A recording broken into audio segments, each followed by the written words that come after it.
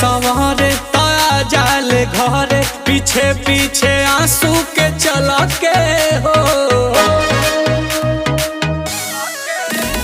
बच्चे हरानू रहने परियन के रहने दीवानी भइल नील कमल के हो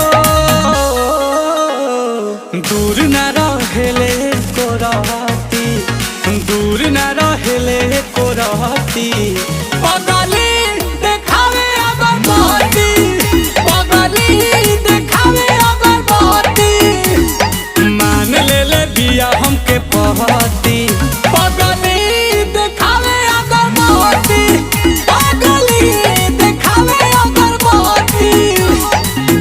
इतना प्यार तो नसीबे से मिलेला।